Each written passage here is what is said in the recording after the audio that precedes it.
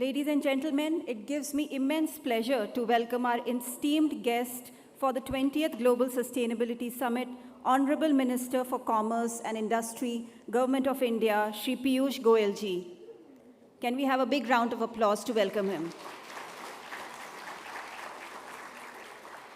I also warmly welcome Mr. Sanjeev Puri, immediate past President CII, Chairman Advisory Council, CII-ITC Center of Excellence for Sustainable Development, and Chairman and MD ITC Limited, Mr. R. Mukundan, President Designate and CEO of Tata Chemicals, and Mr. Chandrajit Banerjee, Director General, Confederation of Indian Industry. We are now beginning with the special plenary on competitive and sustainable pillars of India's trade transformation. May I now request our esteemed dignitaries to please come on the dais. The session will explore how policy reforms, sustainable practices, and innovations can drive competitiveness while promoting environmental and social responsibility.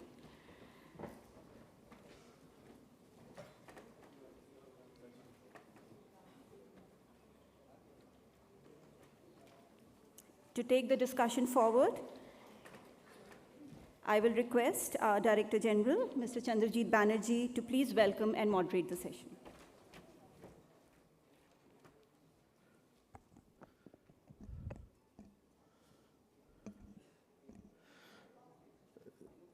The Honorable Commerce and Industry Minister of India, Shri Piyush Goyal ji, welcome back, if I may say, almost on an alternate day basis to something to do with CII in some part of the country or the world. And it is a pleasure, honor, and indeed our fortune to have your time and attention so many times on so many different matters, day in and day out. Thank you, sir, and welcome you to this very milestone summit that we have today on sustainable development as we celebrate 20 years of our CII and ITC sponsored Center of Excellence on Sustainable Development. Sir, it's indeed great to have you on this 20th anniversary. As we were talking, sir, I was mentioning to you our commitment in the space of sustainable development, on climate, on environment, energy, and on how do we move to transition, green transition.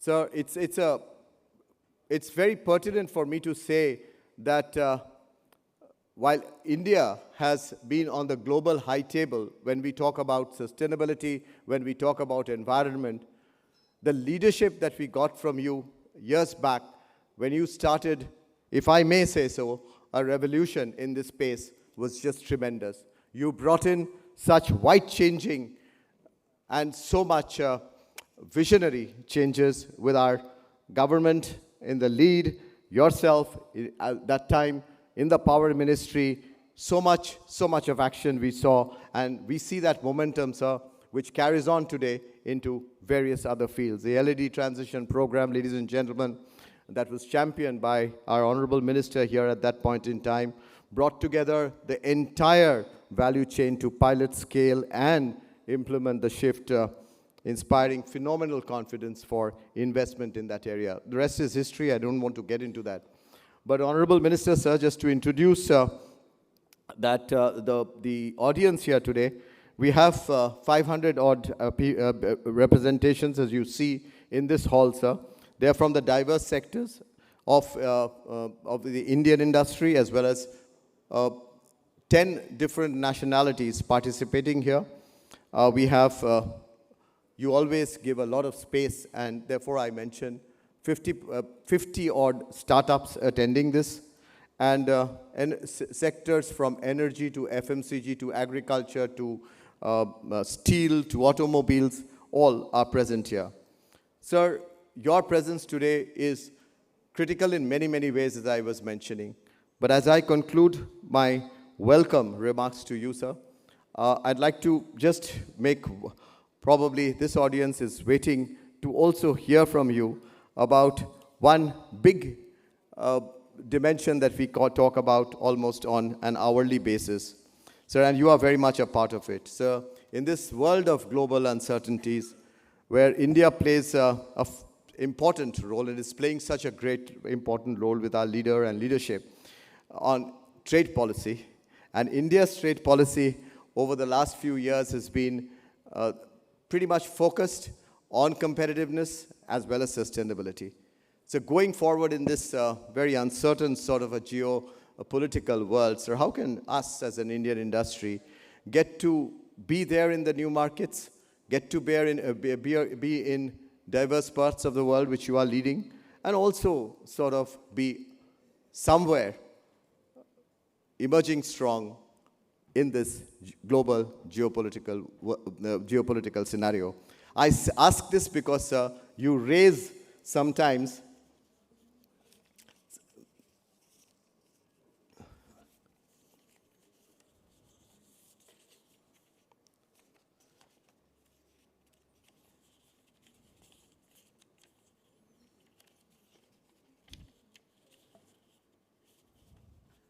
So I ask this because you raise sometimes not only the targets, but also raise the spirit of any tough moments that we go through. And you bring in joy with a lot of content and with a lot of inspiration. And with that background in my mind, I posed that questions as I conclude. Ladies and gentlemen, please join me in welcoming Shri Piyush Goyal, our Honorable Commerce and Industry Minister, to this very important session.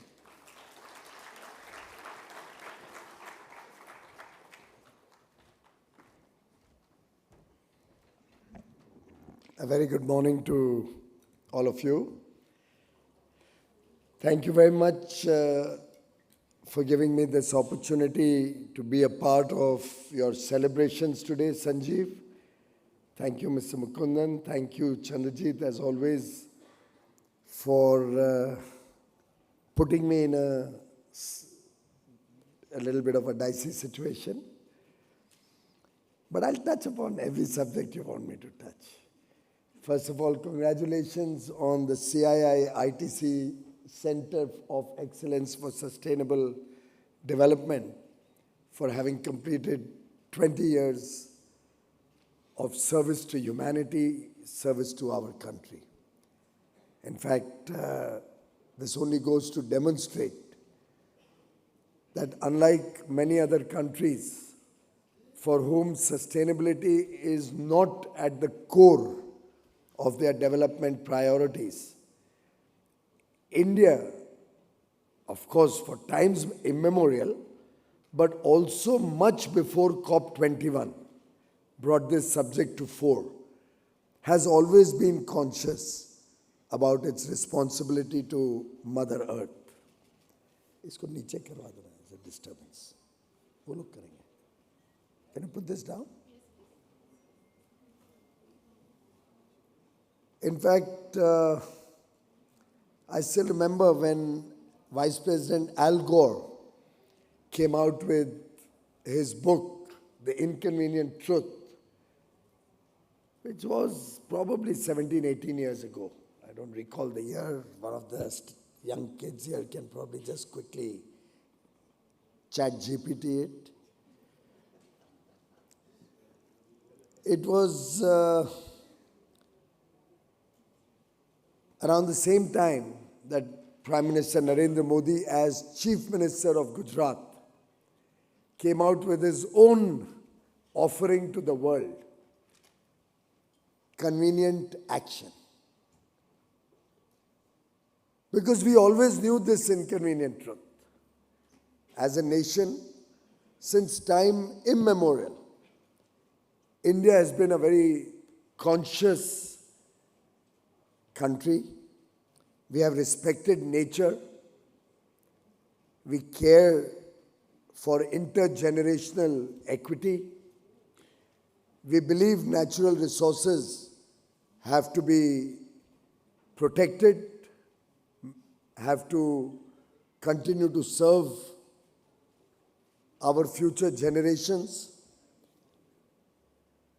And therefore, when I juxtapose 20 years and come up to 2005, when you started it, it gives me even greater pleasure when I compliment you for this initiative, for this thought. 10 years before COP21 in 2015, collectively resolved that the world should be more responsible towards the planet. And many of you may recall Prime Minister Modi had a very important role to make COP21 a success. Without his active participation, without his weighing in on the developed nations to contribute to the sustainability efforts of the less developed or developing nations, probably COP21 could not have come to fruition. Prime Minister Modi got the whole global south together, that this should be a collective responsibility of every country in the world. Of course, it is unfortunate that certain important players, certain important countries have chosen to forego the agenda of sustainability. But be that as it may, India continues to remain committed to our sustainability goals. We believe our competitiveness will only get better with a sustainable pathway. And I'm delighted to share with you that we have proven all the skeptics wrong over the last 10 years, particularly in terms of energy prices. I had the privilege of serving the Power and Renewable Energy Ministry, and in a very surprising manner also the Coal Ministry at the same time, from 2014 to 17. But I don't think there was any contradiction in the objectives of the three ministries.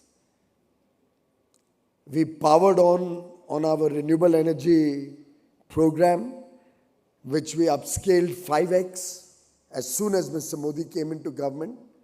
From 20 gigawatt, we upped our target to 100 gigawatt and achieved it in time. The Power Ministry, which also handles the transmission grid, contributed significantly to this success story by ensuring adequate transmission infrastructure, by giving free access to encourage renewable energy, by carrying out, if I remember correctly, probably more than a dozen studies to ensure that the intermittent power that goes into the power grid through solar or wind energy will be able to handle this intermittent power, and we won't face the kind of outage that we had inherited when I became a minister on 26 May 2014. I slept without a fan or air conditioner the whole night. My first day in office. And I remember Vinayak Chatterjee writing an article or an editorial in which he had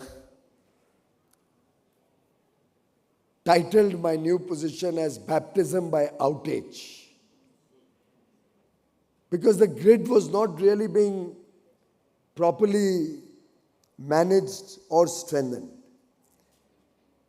It was a learning, and I remember the first 3 years itself, we put such massive investments into the transmission infrastructure, and we focused our energies to make India's entire grid an interconnected national grid.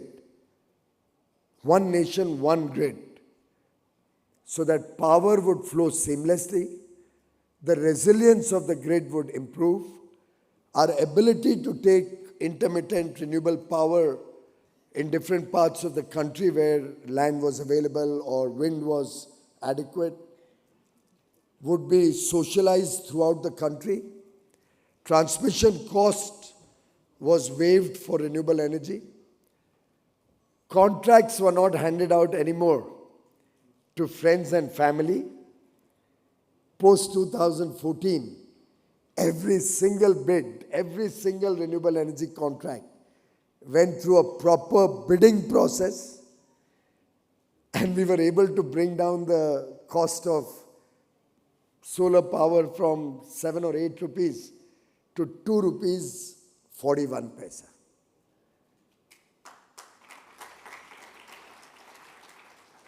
Just honest bidding, equal opportunity for all to contribute to the program. There was some resistance when I did the same thing with wind. I kept explaining to them, initially without success, that will be good for the industry. Finally, I had to force the auctions on the wind sector. Caused a little pain point for a year and a half. But finally now wind also is available at comparatively similar prices to solar. And today India has a situation where we can offer 24 hours renewable energy through a combination of solar, wind, pump storage, and battery as a backup, collectively offering power at roughly 4 rupees 60 paisa to 5 rupees per kilowatt hour, with 24 hours clean and renewable energy. That would be what, 5 cents, 5.5 cents? I dare say there is no comparable power available anywhere in the world at this price, which is renewable round the clock, including peak hours. I still remember in the initial years in the ministry, we used to have situations that in northern India, we had excess power, no buyers, and southern India at that time was paying 12 or 13 rupees per kilowatt hour of power. And when it becomes so expensive, and half the power you give is free in any case, you usually don't provide power at all. And huge outages, huge power cuts were the order of the day. Prime Minister Modi tasked us to ensure 24-hour power supply across the country. And with the national grid becoming one, we finally were in a position to ensure that even down south, power became available at 1/4 the price, from 12 rupees down to 3 rupees, even during peak hours. That is the power of innovation, of honesty, of thinking out of the box, being bold in your ambitions, good monitoring of projects, taking some tough decisions. And I'm laying out this context to you because India has a unique opportunity today to lead the world in sustainability. It's another matter that the developed world has let us down very badly, despite making huge promises at Paris of ensuring that trillions of dollars would be available in concessional finance or grants to support the efforts of the developing world or the less developed countries. At least $100 billion a year were committed. But we yet have to see any of those commitments being fulfilled. When you talk to the developed countries about this promise, they'll introduce you to Goldman Sachs or JP Morgan and say this has to be a public-private-led initiative. I don't think any of us needs an introduction from a foreign government to go and meet JP Morgan or Goldman Sachs or any of these large financing companies. And I remember as renewable energy minister going around the world, trying to raise resources, supposedly at concessional terms. Not one loan or equity offering was available at even 10 basis points even 10 basis points a year, concession to your credit rating rates. But despite all of these adversities, India stands tall today as one of the best performing G20 nations.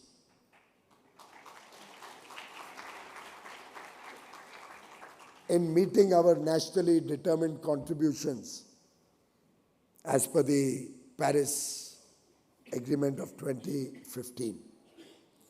In fact, most of them don't even file their report every 2 years as they are supposed to. But India has never defaulted even once in filing our performance report to the UNFCCC. As we speak, the Prime Minister is at Yashobhumi, inaugurating Semicon, India. Another frontier that India is now getting very active in. And just like in sustainability or renewable energy, India took rapid strides far beyond the world's expectations. We achieved our 2030 goals more than 5 or 6 years ahead of schedule, having today a 50% renewable energy installed capacity in a 500 gigawatt grid, aspiring to double it to 500 gigawatt in the next 5 years by 2030, and well on track to achieve that. With Make in India products, powering away to self-sustainable and self-reliant manufacturing so that Make in India products help us in this journey. Our supply chains are resilient. We are not at the mercy of any other country choosing to switch on or switch off the tap, making India Atmanirbhar, self-reliant, building the confidence of young India to take on any challenges that the world wants to throw at India. That is India's strength today. That is the strength of 1.4 billion people working collectively, working towards a mission to make India a developed nation, a Viksit Bharat, by 2047 when we celebrate 100 years of independence. And friends, I compliment all of you in the room and beyond for this huge mission that the nation is set out upon. After all, it wouldn't have been possible without all the hard work our young men and women, our startups, our entrepreneurs, our corporates, and for that matter, our farmers, our hawkers, our kirana stores, the corner stores, shopkeepers, every player collectively contributes to a 7.8% GDP growth in the first quarter of this year, the fastest growing large economy in the world. Couldn't have happened without the collective conviction and resolve and contribution of 1.4 billion people. Mr. Rahul Gandhi thinks we are a dead economy, unfortunately. Well, if 7.8% GDP growth in the first quarter is any sign, if impending GST reforms, widely anticipated to give a big boost to consumption expenditure and demand, with government continuing to support infrastructure creation, allocating huge resources so that we can have world-class infrastructure with strong macroeconomic fundamentals, our ability to take on volatile and uncertain times has only increased and will certainly help us beat every estimate that the street economists or pessimists come up with. And friends, there will be challenges along the way. I'm glad you have 50 startups in the room. Sustainability is not only about renewable energy. Sustainability is not only about environmental pollution. Sustainability goes far beyond. Sustainability would include effective use of water resources. Sustainability could also be, why not the center have a hackathon all over the country, particularly with the changing climate trends, cloudbursts damaging property and losing our brothers and sisters due to flash floods, the situation of flooding in cities due to haphazard planning over 75 years. All of these will become an opportunity for further growth of the economy.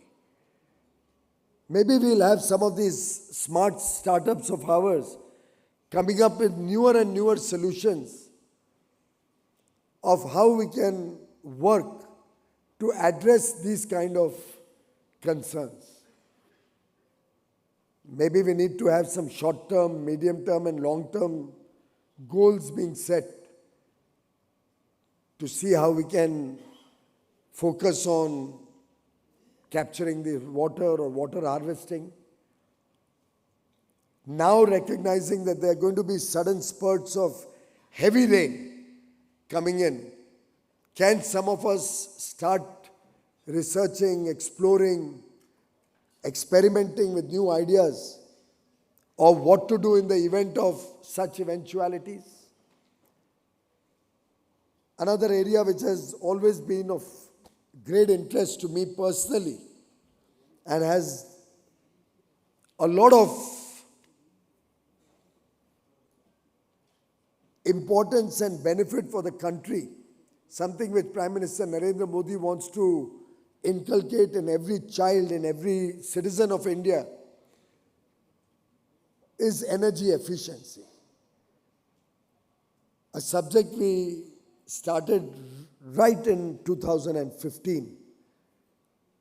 Some of you may recall it was, I'll never forget in my life, 5th of January 2015, when we launched the LED mission, Ujala. The effort to replace the incandescent bulbs with LED bulbs. There was a lot of skepticism because the country was barely selling a few 100,000 LED bulbs at that point of time. If I remember correctly, the government used to procure 600,000 bulbs at about 310 rupees per bulb. With taxes and all added, it would sell in the market at about 500-600 rupees. Government would give a 100 rupee subsidy. And at that point of time, 120 crore people kept waiting for their turn to get that 100 rupee subsidy to replace their incandescent bulb with an LED bulb. Probably taken a few thousand years.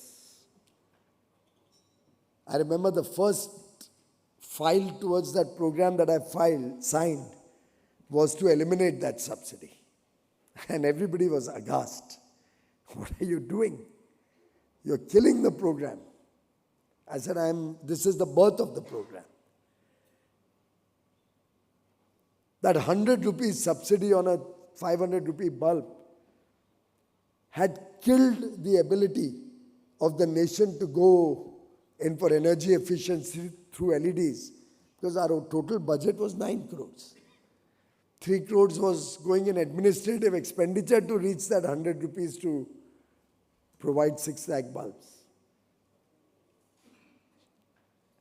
And when we removed that subsidy, when we talked to the private sector companies, I remember calling Philips, Surya Roshni, Crompton Reeves, Havells, some more, maybe I don't remember the names, all of the names now. Having a heart-to-heart conversation.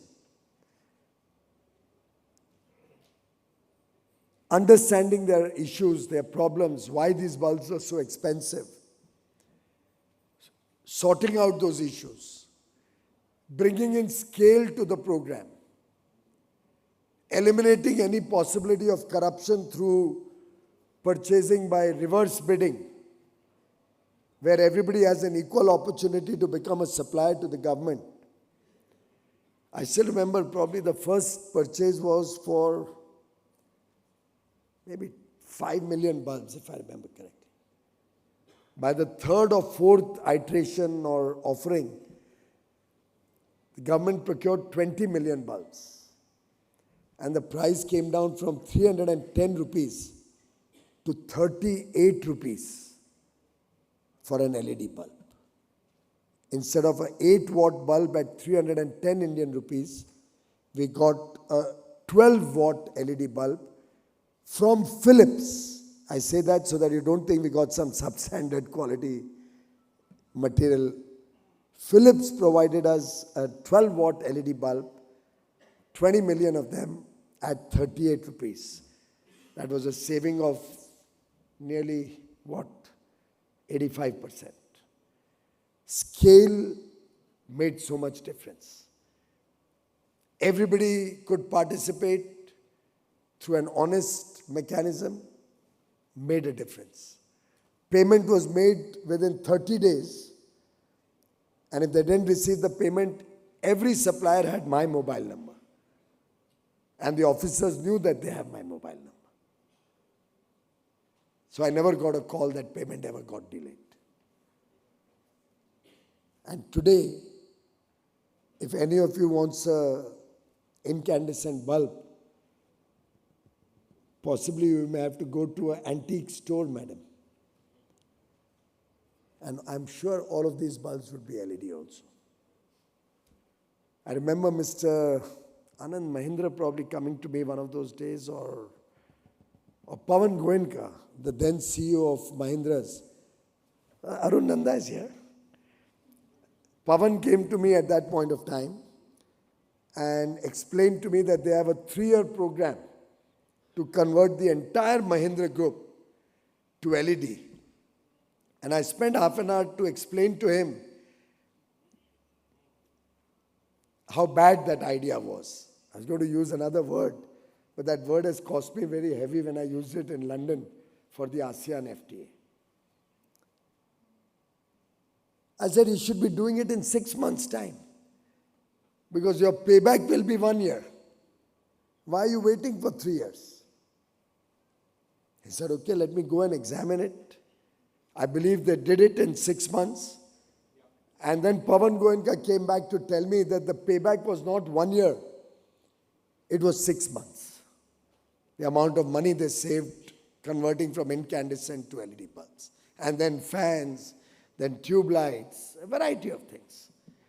Can this center take up energy efficiency?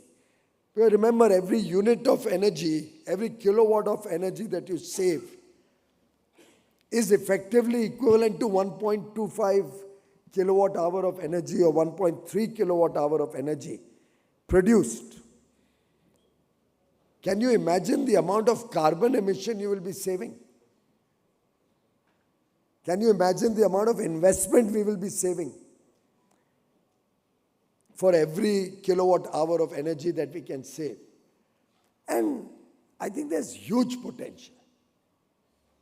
In every way we can, we must start assessing every single opportunity towards energy efficiency. In fact, Honorable Prime Minister only recently was sharing an example, an experience about street lights not being switched off on time. A smart startup over here can quickly come up with a simple device connecting all the street lights that automatically, as the illumination goes up, the sun rises, the lights go off. And when the sun sets and it starts getting dark, the lights start getting on. Elementary things, ladies and gentlemen. and we can make a transformational impact. Our wastage of food, for example. I don't know how many of us have ever bothered to assess that in a year or a month, how much food we waste on our plates. And remember, it's not only a loss of water and all the money that goes into farming, the fertilizer, insecticides, pesticides, water, effort, all of that. The transport, the processing of the food, further transport, marketing, to your homes, transport, you cook, gas, after eating, you dispose of the waste, trucking of that disposal, problems of landfill wherever there's not enough waste to energy plants.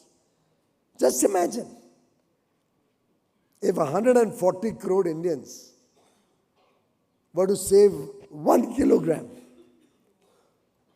of food waste a year. Anybody wants to do the math?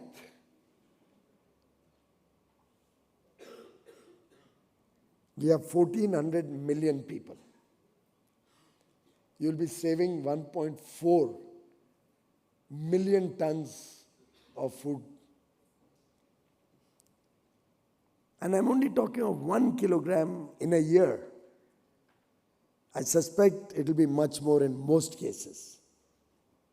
Starting right from the Domino's pizza or the huge burger, which in any case is only going to cause all of us more obesity. Prime Minister gave us another idea. Can we all at least start reducing 10% of the edible oil that we use in cooking? It's good for you and me, of course. Obesity, sugar, cholesterol, so many illnesses. Can we all start thinking of becoming fitter, healthier, through preventive efforts, not post-illness care? And believe me, all of this circles back to sustainability. Everything I've said circles back to sustainability. I was told the theme was a circular economy. I read somewhere in the title of your program sheet that you are looking at circularity, you are looking at a circular economy. Am I right or wrong?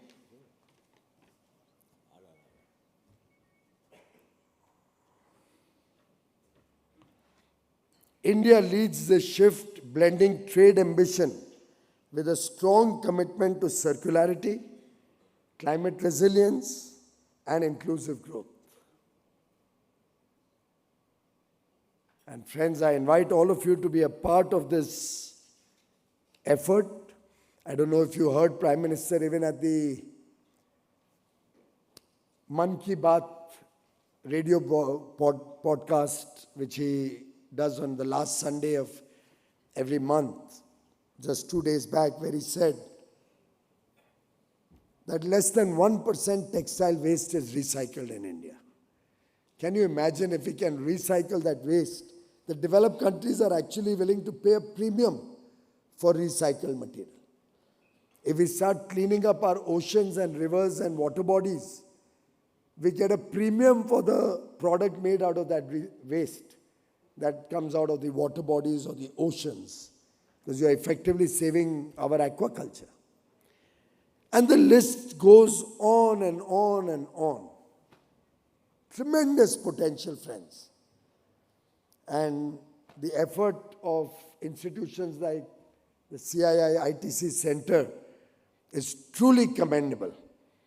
For all the good work that they've been doing, let's all of us take in the message of Prime Minister Modi in his first 15th August address in 2014, where he said, India will focus on zero defect, zero effect.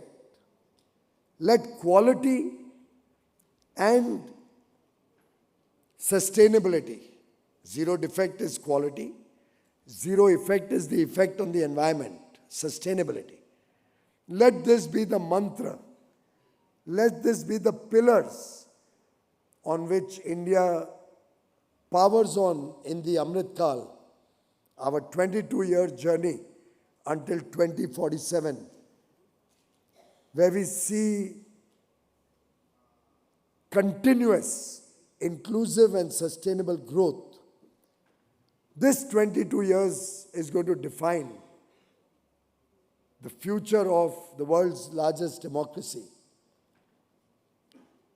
Our commitment to become a developed nation, take prosperity to every child born in India, will be tested in these 22 years. While India will continue to have more and more relations with countries around the world, strengthen our friendships with all countries, as we continue to have newer trading arrangements with the European Union, with Chile, Peru, New Zealand, a second tranche of Australia and Oman. All of these are FTAs on the anvil. We already completed Mauritius, Australia's first tranche, the four-nation EFTA bloc, UK, UAE. Lots have happened, lots more to go. But all of the US, we are in dialogue with them for a bilateral trade agreement. With all of this and India's growing relevance as a provider of 18% of global growth, as the world's third largest economy in the next 2 years, as a country which even today on purchasing power parity sports an economy of $15 trillion, as a nation which believes in that old adage, what Mahatma Gandhi had said also, we do not inherit the earth from our ancestors. We borrow it for our children. With this collective commitment and mindset, with the effort of 1.4 billion people meeting the aspirations of a young India, one of the youngest countries in the world, I am very confident that India's future is safe, is secure, is resilient,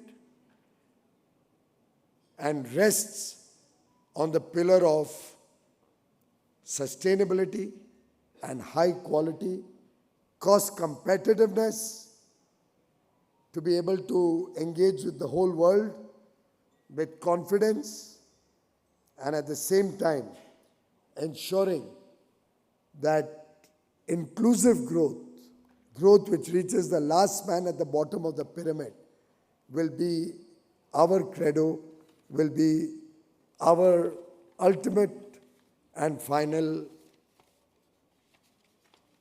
target or mountain that we have to cross. Thank you very much, ladies and gentlemen.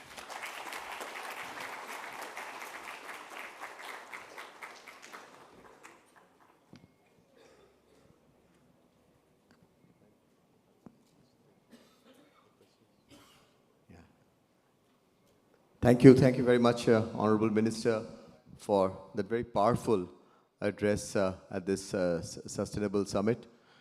Thank you for even responding to some of the issues that have come up since morning and some that I put up to you as we were speaking. Now, to take the question forward or another question forward and to make some comments, I'll request the chair of the CII-ITC Center of Excellence of Sustainable Development and our IPP, Mr. Sanjeev Puri, to make a remark from what the minister said and probably ask a question. Thank you, CB. Honorable Minister, let me also join CB in thanking you for being here today with us. You've, on this special occasion, it means a lot to all of us because you've been you've been a guiding light in our journey. You've been a very important mentor to industry. And I also want to thank you for your leadership in the trade-related negotiations where you have stood very clear on India's position and India's interest.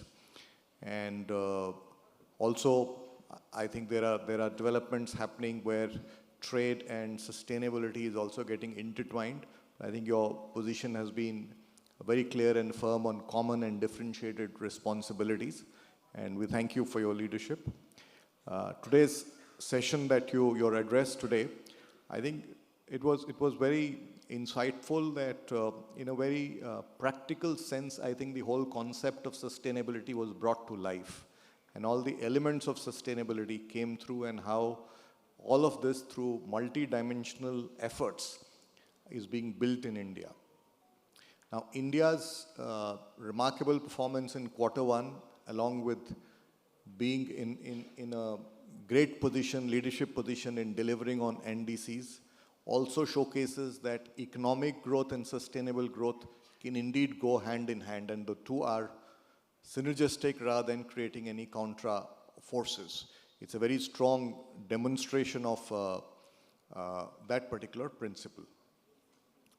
You had spoken about several interesting points in today, but I just thought I'll just make a mention about 2 points. One is, I think, a very important point you highlighted is very often forgotten and is the point on nature and the impact that climate change is having on our quality of lives today, whether it's floods or droughts or heat, etc. So in this context, I thought I'll mention to you that that's an area that at the center we have recognized as a very critical issue. We recognize that while we are working on decarbonization, by the time temperatures go down, in fact, right now the UN emission gap report says that we may be hitting 3.1 degrees increase by end of century. So we also have to adapt to learn to live in a situation of extreme climate events. So we had done some detailed study last year. We'd also published a report on climate adaptation for corporate India. Part of it is how to respond, and part of it is also how to use AI and data that is available to predict the kind of possible scenarios that may emerge at a 10-year interval level and try and take some mitigative steps in advance. So this is a small little effort we had started last year, and we will continue to pursue it because, as you rightly said, the issue is very serious and demands a lot of attention. I will, as we move forward, may I take the liberty of asking you one question also. So you've spoken about corporate India, you've spoken about startups. I thought I'll also touch upon MSMEs today. Now, MSMEs are the backbone of industry, and we in CII recognize this. And in the center also, we have a very strong initiative to support MSMEs. We have the Climate Action Charter, and we have 450 MSMEs who participate. It's a tool to analyze and identify the gaps. We also work with value chain players for them to work with their partners. So in this context, I thought I'll seek your views on how we can further work together between government and industry and build the capacity in MSME to be competitive from also a sustainability standpoint. Sanjeev ji, government should not be brought into everything. I think this whole idea that it is only government's responsibility to be handling the MSME's problems is quite flawed.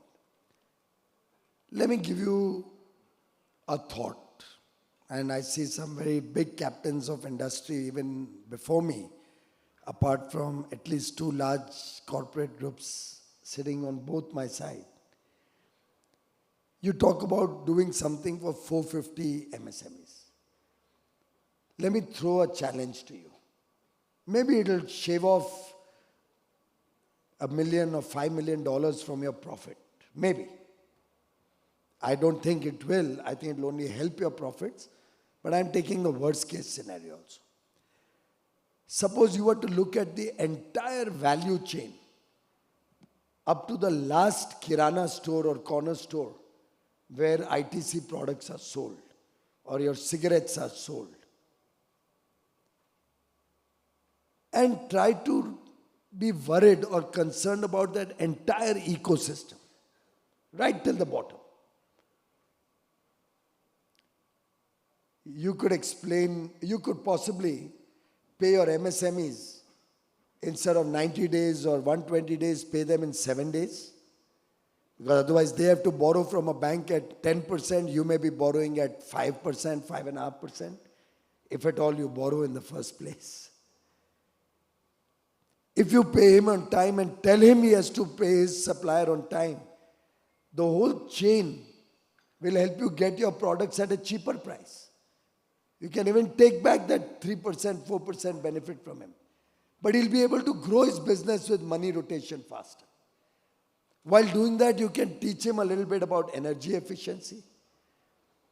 Maybe help him, since he's your own person, help him provide something, some solar equipment or some way to reduce his own cost and contribute to sustainability.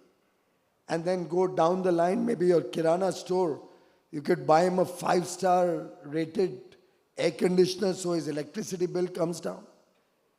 Maybe you could help him do up his store a little smarter so that he starts making 5,000-7,000 rupees more every month, which may provide for his children. And just one company, Tata's, if we try to look at the ecosystem, probably be 1 million MSMEs, if not more, who could get impacted by any such initiative.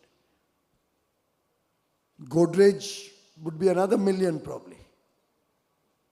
JSW now in paints and cement and whatnot have you. I'm just trying to, please don't think I'm picking out anybody. It's for all, everybody. Just imagine if the top 5,000 companies, even the top 100 groups to begin with, took this as a mission. Can you imagine what an impact it will have on the economy of the country? How much more we can help them in their growth plans and their income possibilities. And in that process, you need any help from the government, please guide us. We are ready. We also run so many programs. But I have always believed that government programs, if run through you, through the corporate sector, they are more efficient. Rather than, government trying to locate people and run. So let me share with you, friends. In Mumbai, CII has set up a skill development center. Absolutely fabulous work done by CII.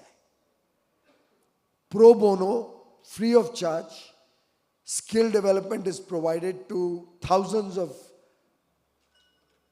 children, but mostly youth. Already they have given 18,000 people a job out of a job center that they have created there. Newer companies are coming up there. ITC trains children in front office, in kitchen, as chefs, as servers. The entire value, as bellboys, the entire value chain. L'Oreal is setting up there a center to train, I think, saloonists, beauty saloonists.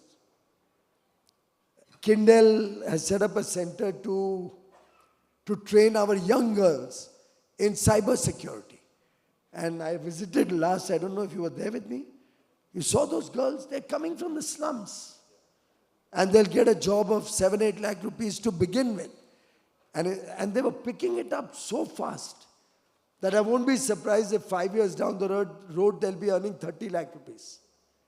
the way they were picking up cybersecurity tools. So I invite all of you, and it's a government-private initiative. Government provided the space. CII has done everything else, including managing the show. Same way, if corporates were to start taking up their whole MSME right down till the bottom, last element, I don't think government is required in this whole process at all. Sorry to have bounced the ball back to you, Sanjeev. I'm sorry I've bounced the ball back to you. No, but I honestly believe that is the way forward. No, I fully take that point. I fully take, and there is no debate on it. Very well taken. And just, if I may take the liberty of providing a little context to it, 450 is what the center is doing directly. What companies are doing individually, the large corporates, is many times more. I was just saying it's really the smaller independent MSMEs that the center is working with. Each one of us will be working Sanjeev, with. if you give me a base of 450, then many times more has no value. If you had given me a base of 10 million and said others are doing many times more, I would have been extremely delighted. So do an assessment. Let's do an assessment. Let's do an assessment. Your CII can take the initiative. Do an assessment how many of your companies pay in 7 days to their MSME suppliers. Give me a feedback on that. Then we'll discuss further. Yeah, sure. Just a running report card. 7-day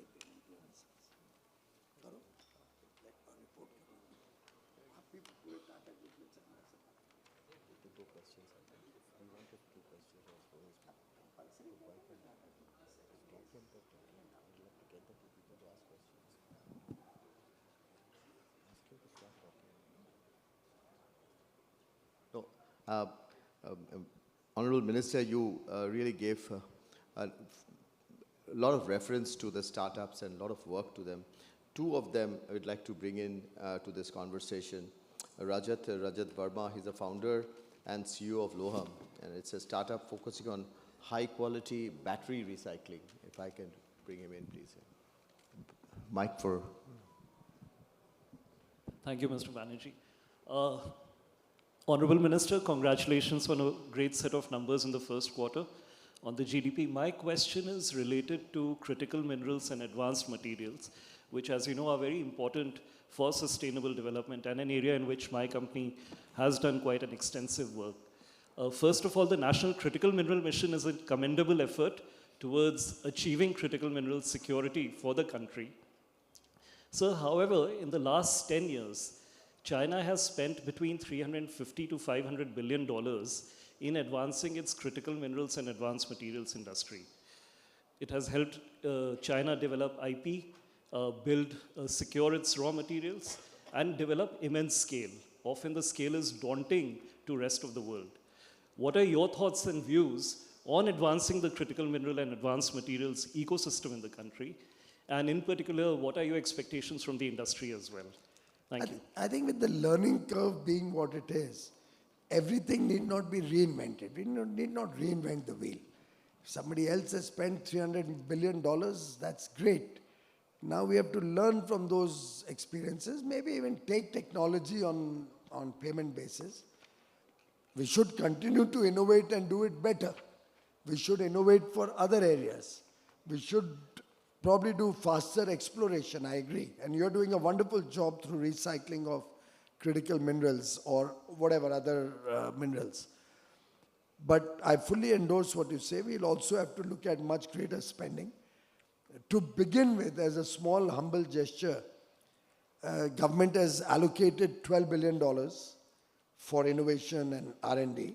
And mind you, when India spends $12 million for R&D, if I was to take a comparable R&D project in Europe or the US, it would probably cost 6 to 8 times more. So our 12 billion can give us a bigger bang for every buck we spend.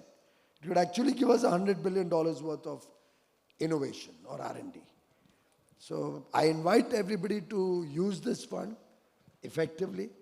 My own experience is not very good about Indian corporates' excitement to focus on R&D and innovation. As textile minister, I had a small fund to promote technical textiles.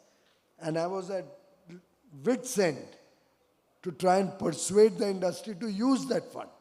We're ready to pay 95% of any project to promote technical textiles as a grant. And still, we could not get enough people to come and participate. So I do hope this time around, corporate India startups such as yours will be more proactive to get into the field of innovation and R&D. It may need some improvements in the IP laws for which we are working. If any of you have any suggestions, please do share with us. We are open to any suggestions towards ease of doing business, towards ease of living, towards removing regulatory bottlenecks, towards easing compliance burden, towards decriminalizing laws so that you can sleep peacefully at night, towards debureaucratization, getting the officialdom out of your business. Any ideas that CII or any of you participants can come up with is welcome. Just drop in a mail or a letter or a note to my office and it will be taken care of. Thanks. And any relating to any department of central government, any state government, any municipal corporation, any local body, we are hungry for your suggestions. Thank you, Honorable Minister. And we'll work on that and come back to you with some thoughts captured from the industry. And we'll also really focus on more of industry, academia, deepening of their exchanges and their discussions with the new education policy today. The scope of our work in that space of academia industry towards research and design would be easily possible. One more startups, if I may, Honorable Minister, with your permission, Ravi Kaushik is the founder and CEO of Arth, AIRTH. That is, it's a homegrown startup which is focusing on clean air, and because it's Sustainable Summit, we thought that we'll bring him in. Ravi, a mic for you. Hello, sir. I'm sure many of us got goosebumps multiple times when you were speaking so passionately. My question is, sir, what role do you see of AI, data science, and blockchain in transforming India's trade ecosystem? I think it's an idea whose time has come. And you should never try to flow against the stream of water. What you need to do is pick up the sails and try to go faster as the stream is running forward. And I believe India is one nation which has always been willing to adopt new technology. There will be a few naysayers. So you will read articles in the newspapers, maybe some editorials about job losses or that this will have a terrible impact on jobs and stuff like that. Then you'll read an article which says one company took out 300, 500 people and a big noise will be made. Maybe 3 debates will be held in the evening shows on television for lack of another subject which could be more exciting. So I don't think we should be deterred by that. We need to reskill. We need to retrain our young people. AI will have its role. Then there'll be the problem of the unethical use of AI. So human intervention will be required to address that. Then there'll be bots coming into the databases on which AI is based. Then we'll need people to sort out and improvise on this. So this is only going to increase jobs. And Indians are very agile. Indians are smart. Our young men and women, and we produce the highest number of STEM graduates every year, are going to be the most critical resource for the world in the years to come. So I look upon this as a great opportunity. We must adopt it. We'll have to spend time and effort and money, and all corporates will also have to rejig their systems. And just as our services exports are powering on, growing at double digit every year, AI will only help us to add to that. There could be short-term blips till we train enough people, or till the unethical use or the bots and all of these problems come up. There may be some short-term blips, but in the long run, this is going to be great for India. So I recommend that more and more youngsters get, I've told my office, every person at decision-making levels has to have the latest version of AI, ChatGPT and whatever else is available on their phones or their laptops. So we are going to use it, but with a condition that any report they make should have at the bottom of it that it has been generated or prepared with the support of AI or whichever tool they use, and has been validated further. So it's not that they just do a cut-paste job, present it to me, and tomorrow it turns out to be some mashup of fake stuff. Some of which, like social media today, a lot of the stuff on social media is fake. Even in AI, a lot of fake stuff is moving around. So that part, the human being will be required. The human mind will always remain supreme. The world's best AI may come forward, but he can't cook the meal that my mother used to cook at home. Thank you, Honorable Minister. Once again, the AIs always have the disclaimer at the end, like some other advertisements that we see, so they cover themselves up well. So, Mukund, for you to kindly take, bring this session to an end and also give your remarks as you thank the Minister.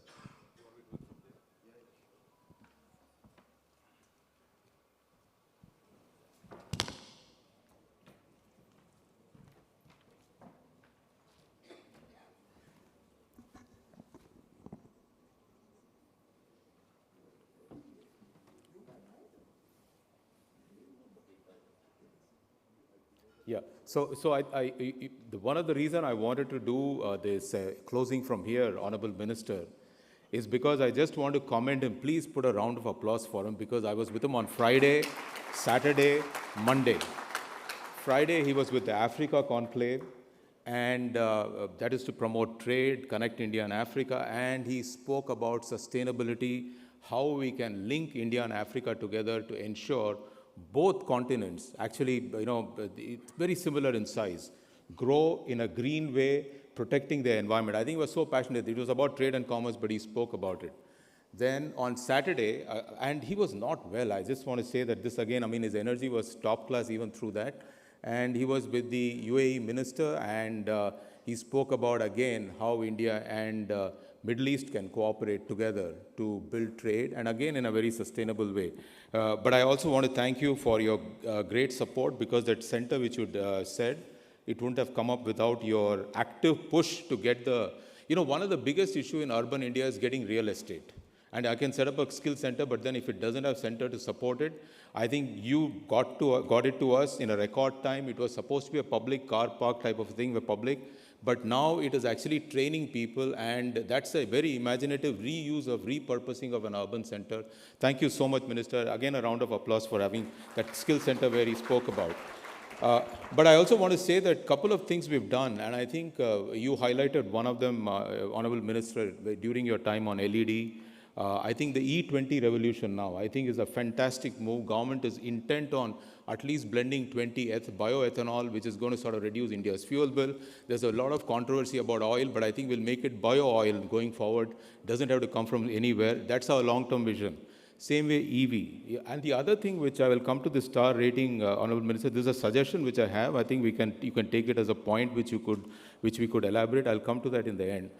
Also, I just want to tell the audience what the government and the corporate sector has done together.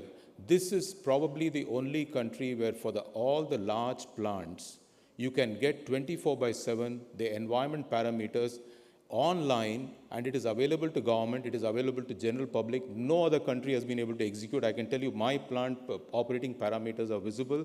So is with Godrej, so is with JSW.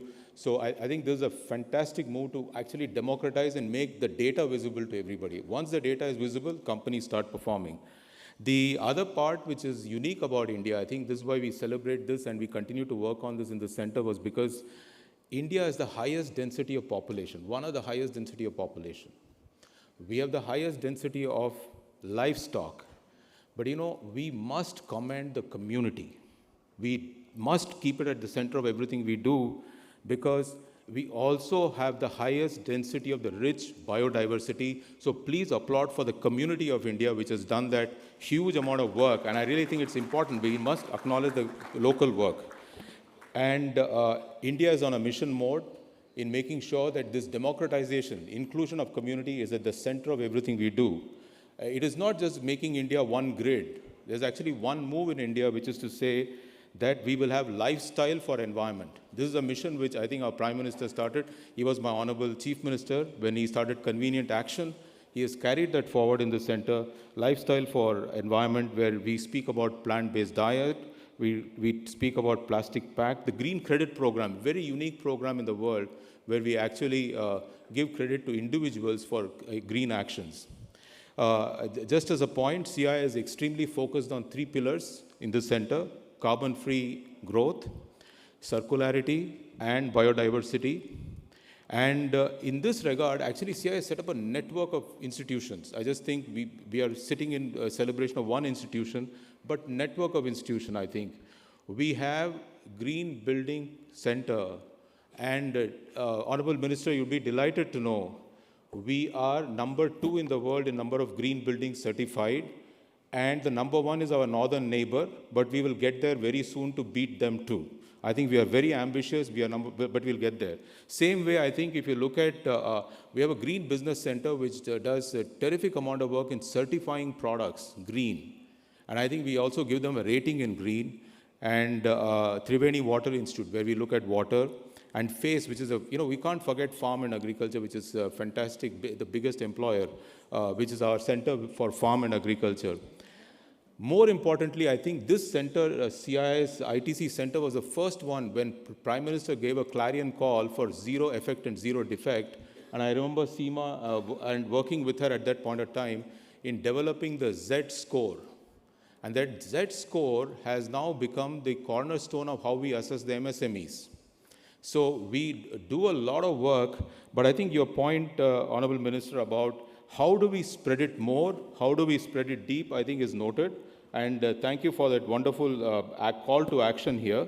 I think one of the biggest thing I would say is that the demand creation by government is a very, very big force multiplier. I fully agree that government should not, actually we should take the ownership and corporate should take the central role, but at the same time government can galvanize it and catalyze it. And I think for the star-rated products, if it can be integrated with GEM portal, and somehow we can create massive demand for that, I think we'll do a huge amount of push for green products and sustainable products. But this has been a fantastic session, and thank you all for your attention, and thank you for participation in such large numbers. And we'll have a wonderful day today, celebrating environment, celebrating biodiversity, celebrating circularity. Thank you.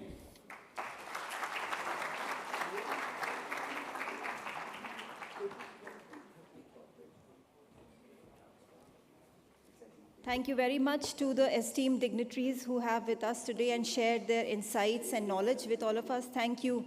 Thank you to all the guests here. Ladies and gentlemen, with this we conclude the special plenary with our chief guest, Honorable Minister Piyush Goyal. And we will now,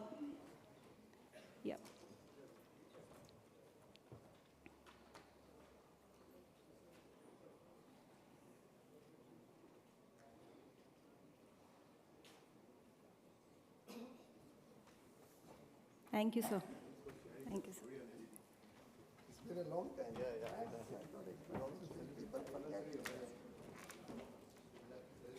Ladies and gentlemen, we have concluded the special plenary. I would like to inform you all that the participants can access all the summit-related information by scanning the QR code, which is available behind your badges. And so you can scan it and get access to all the information. We are now going to break for lunch, and I will request you to please assemble back at 1:30 p.m. for the next session, which is on From Silos to Systems, Unleashing the Power of Energy Water Nexus, right here in the Sovereign Hall at 1:30 p.m. Thank you.